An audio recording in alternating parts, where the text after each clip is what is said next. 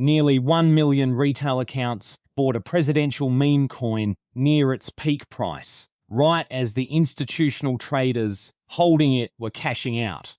I am Lambert Woollingham, and this is the Daily Shear for Saturday, July 4th, 2026. We are observing the holiday by looking at a newly paralysed cooling pad in Butler Park, the quiet liquidation of the Japanese central bank portfolio, and the federal pardoning of individuals who illegally disable commercial truck emissions. We begin with the local infrastructure of Central Texas, where physical reality continues to agitate the zoning board.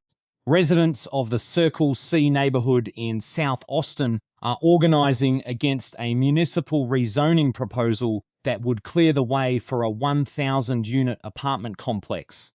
Neighborhood advocates argue that local roadway infrastructure and emergency response capabilities are already severely strained and cannot safely support thousands of new residents.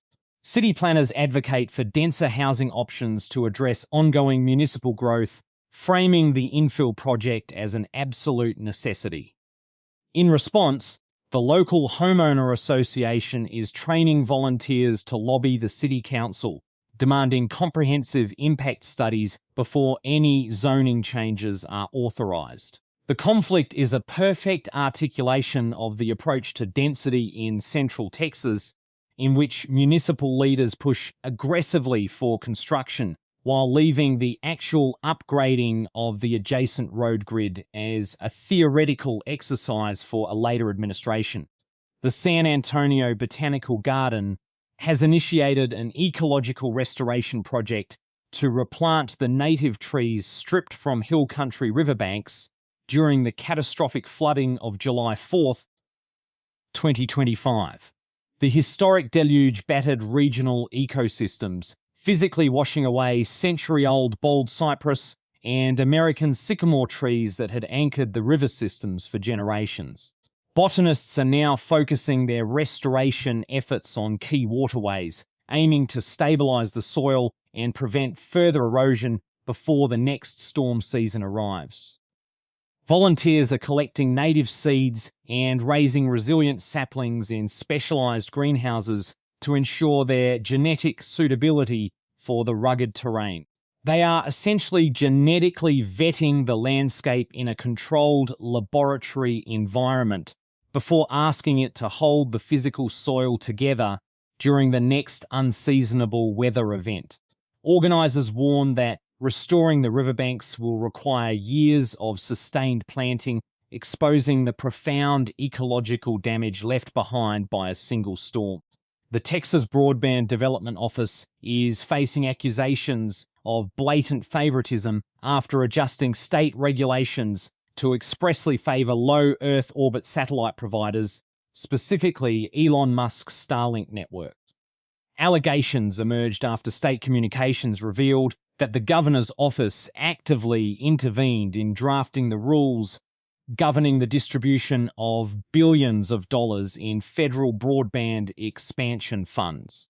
Industry competitors argue that the revised guidelines provide satellite networks with an unfair advantage over traditional fiber optic builders, noting that satellite service offers substantially lower long-term reliability. The controversy centers on how the state will allocate its share of the federal broadband equity, access, and deployment program, originally intended to connect underserved rural Texans with physical wire infrastructure. State officials maintain that beaming a signal down from a satellite is the fastest method of providing connectivity, a position that neatly aligns public utility funds with private aerospace capitalization. The Liz Carpenter splash pad at Butler Park has been closed until further notice after an unexpected equipment failure flooded its subterranean pump room. The municipal facility suffered extensive water damage that knocked out the primary filtration systems and critical electrical safety controls.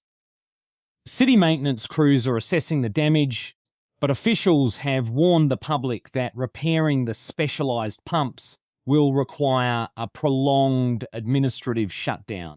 The sudden lack of a designated cooling facility during a triple-digit summer heatwave leaves the Austin Parks and Recreation Department directing families to alternative municipal pools while contractors attempt to source replacement parts. It is a striking municipal achievement to build a concrete pad specifically designed to spray water onto children, only to have the entire facility permanently incapacitated by the unexpected presence of water in the room where the machinery is stored. In an update regarding the catastrophic flash floods that struck the upper Guadalupe River last summer, state investigators have released their final report detailing the institutional safety failures at Camp Mystic. The investigation reveals critical emergency response breakdowns that contributed to the deaths of 25 campers, 2 counselors, and the camp owner on July 4, 2025. According to the state findings, camp administrators failed to adequately monitor active weather warnings or initiate evacuation protocols in the critical hours leading up to the fatal river surge. Families of the victims are continuing to press state lawmakers for stronger safety standards at commercial recreational sites. The newly released findings are expected to play a central role in ongoing wrongful death lawsuits, which are currently frozen in federal bankruptcy court following the recent Chapter 11 filing of the camp, proving once again that legal liability is no match for a well-timed corporate restructuring. Moving to the economic markets, where the consequences of monetary policy are being distributed directly to the retail consumer.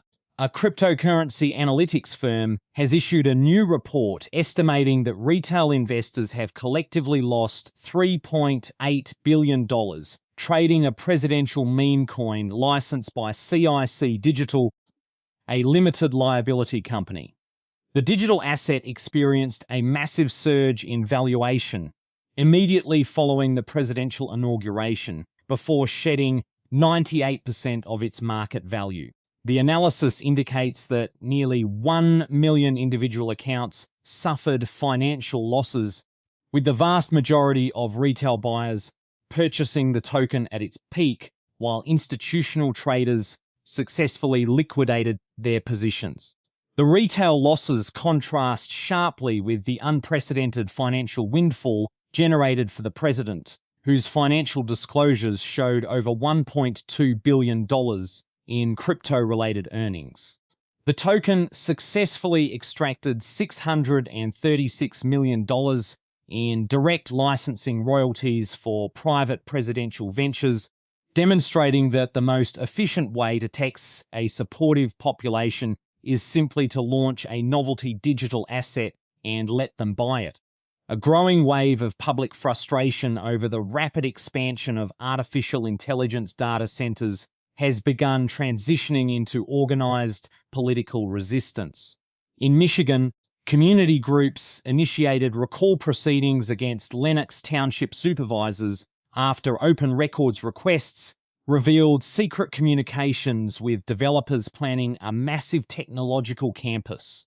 Similar resistance movements are gaining momentum nationwide as neighbors voice concerns over the enormous electricity and water requirements of the facilities, which they argue severely threaten residential utility stability. The localized political rebellions are a direct consequence of a national conflict between technology giants racing to build computational infrastructure and communities unwilling to absorb the environmental costs. Tech industry analysts are reportedly terrified that removing politicians who support these multi-billion-dollar campus build-outs could subject the global computational race to the whims of a local water board, creating a regulatory environment where developers are actually forced to abandon their planned data hubs.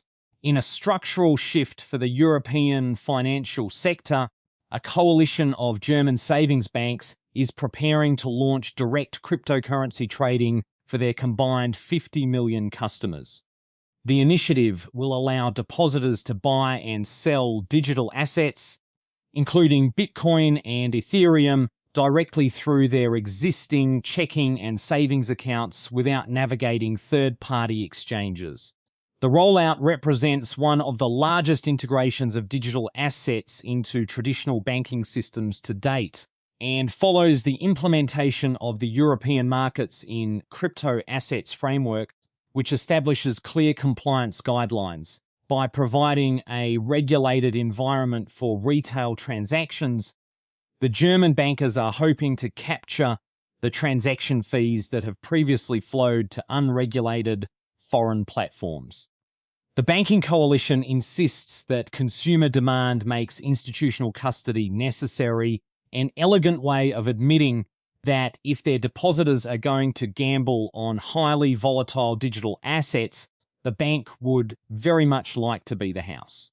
A planned strike by security and baggage screening staff at Aberdeen Airport has been averted after workers accepted a revised pay agreement from airport management. The labour dispute, led by the Unite Union, had threatened to cause significant travel delays and operational disruptions starting on Monday during the peak summer holiday season.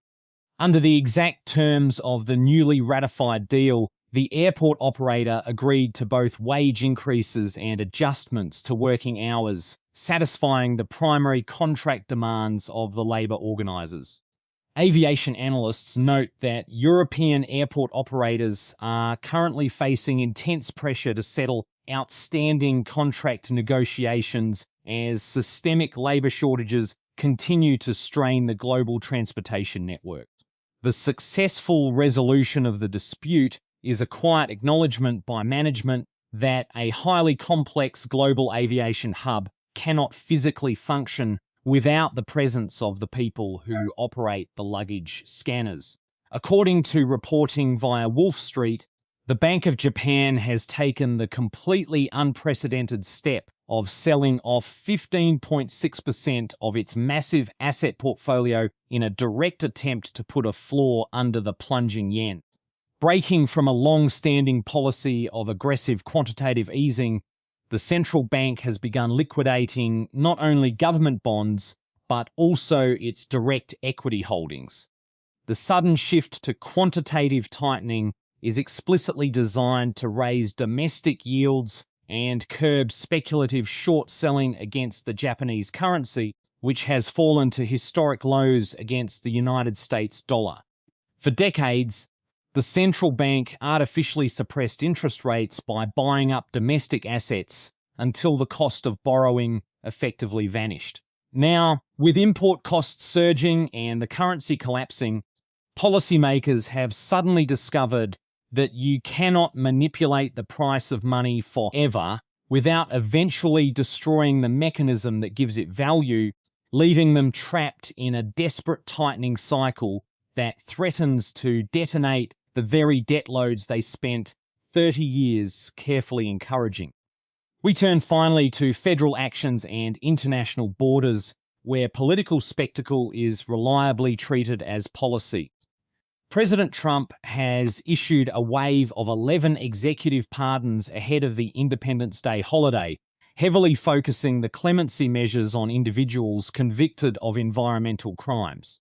The wave of pardons includes 9 individuals charged with violating the Federal Clean Air Act by illegally disabling the emissions control systems on commercial trucks. The executive actions also cleared 2 convicted fraudsters, continuing a broader administration pattern of directing clemency toward political allies and critics of federal regulatory agencies. White House officials defended the decisions, framing the Clean Air Act violations as bureaucratic regulatory overreach that placed unfair financial burdens on independent trucking businesses.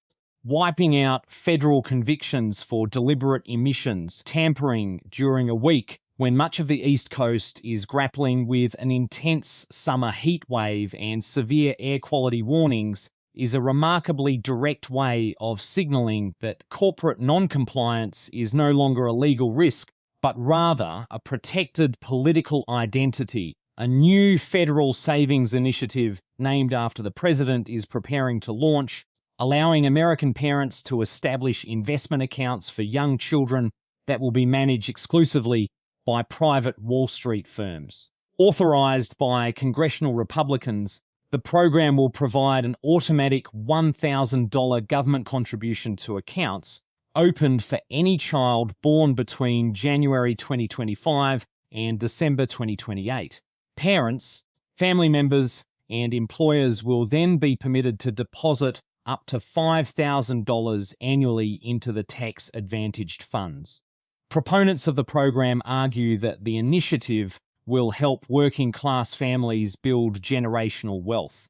However, consumer advocates have pointed out that the congressional authorization lacks basic fee protections, ensuring that the public funds meant to secure the financial futures of young children will instead provide a massive guaranteed revenue stream for the private asset managers hired to oversee them.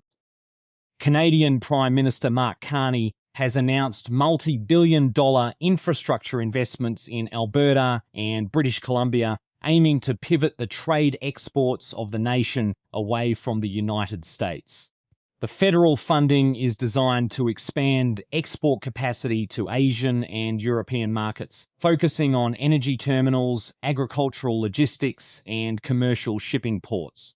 The strategic pivot follows escalating trade tensions and repeated threats of import tariffs from the Trump administration, which placed the United States-Mexico-Canada agreement on a volatile annual review cycle. The Canadian administration warned that relying exclusively on the American market has become an economic liability due to the persistent unpredictability of United States trade policy. Economists point out that successfully reorganizing continental trade networks to bypass the United States will likely require decades of sustained capital commitment, a timeline that vastly exceeds the political lifespan of the politicians currently promising it. President Trump initiated the 250th anniversary weekend of the nation with a deeply partisan address delivered at Mount Rushmore, utilizing the national monument as a visual backdrop to attack his domestic political opponents. Speaking for 30 minutes in the Black Hills of South Dakota, the president branded his rivals as a resurgent communist menace, posing a direct threat to the founding principles of the country. The dark rhetorical tone of the speech veered sharply away from traditional themes of patriotic unity, instead framing the upcoming midterm elections as a critical battle against internal adversaries. The White House defended the event as a celebration of American exceptionalism, completely ignoring the protests of Native American advocacy groups who view the 23-minute fireworks display over the disputed territory of the Black Hills as an entirely different kind of historical metaphor. In a grim update to the disaster recovery efforts in northern Venezuela, regional coordinators confirm that the death toll from the recent twin earthquakes has officially surpassed 2,645. Emergency personnel entering the second week of active search operations have formally warned that hopes of finding any remaining survivors trapped under the collapsed concrete ruins have virtually vanished. The compounding disaster has overwhelmed local healthcare facilities, forcing humanitarian aid groups to construct temporary field hospitals in an attempt to treat more than 5,000 injured residents. While the deployment of United States Navy warships and transport helicopters to deliver humanitarian supplies to the coastal state marks a highly unusual operational footprint in a nation fundamentally hostile to Washington influence, the local administrators remain entirely focused on the collapse of their own municipal infrastructure, which is currently preventing aid from reaching the most isolated mountain communities. I cannot stop thinking about the subterranean pump room at the Liz Carpenter's splash pad.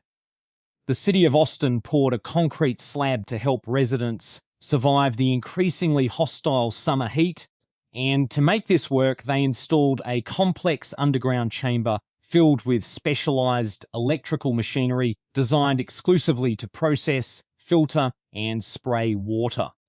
This entire municipal apparatus is now permanently offline because water, the exact substance the machinery was built to manipulate, successfully entered the room where the machinery was stored. We have engineered a civic cooling infrastructure so precise and delicate that it requires a perfectly dry environment to operate its water pumps. The city is now forced to source custom replacement components to repair a water delivery system that was destroyed by the delivery of water, leaving the residents of Central Texas to simply sweat on the pavement while the local government waits for the plumbing to dry out. If you need me, I will be attempting to legally classify my own physical exhaustion as an environmental hazard. This episode of The Daily Shear was produced by Ripcorp Media, and I am Lambert Woollingham, reminding you that all complaints regarding municipal utility decay should be filed directly with our automated compliance division, where they will be permanently ignored. The day has been shorn until tomorrow.